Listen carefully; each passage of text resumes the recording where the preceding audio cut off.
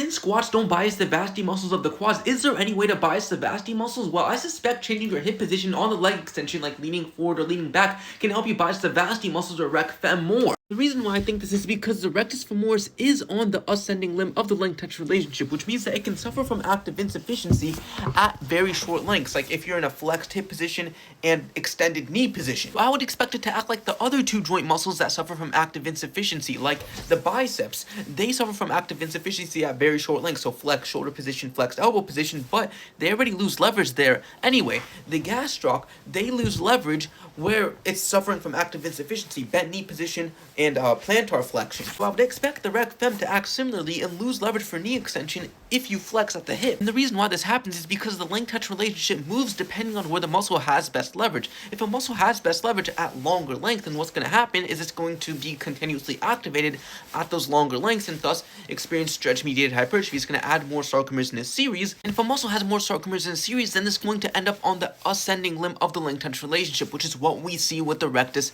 femoris. All that to basically just say muscles pretty much always lose leverage where they suffer from active insufficiency. So I would expect the rectus femoris to lose leverage by leaning forward. We do see similar leverages of all of the quadriceps throughout knee extensions, so that's likely not a factor to affect regions biased, but your hip positioning can definitely affect the length of the rectus femoris, which can change the internal momentum length. So I would expect a regular leg extension or leaning forward leg extension to disadvantage the rectus femoris and bias the vasty muscles more as long as it's stable. I would expect leaning back to give the rectus femoris better leverage and bias that more as long as it's still stable, of course. We do have one study that compared leaning back leg extensions to regular leg extensions, and we did see greater rec fem growth in the leaning back leg extensions, which can be attributed to one, stretch-mediated hypertrophy, and increased leverages could contribute to the increased gain, but I would expect less gains in the vasty muscles in the lean back leg extension if it gives the rectus femoris better leverage, but we see similar gains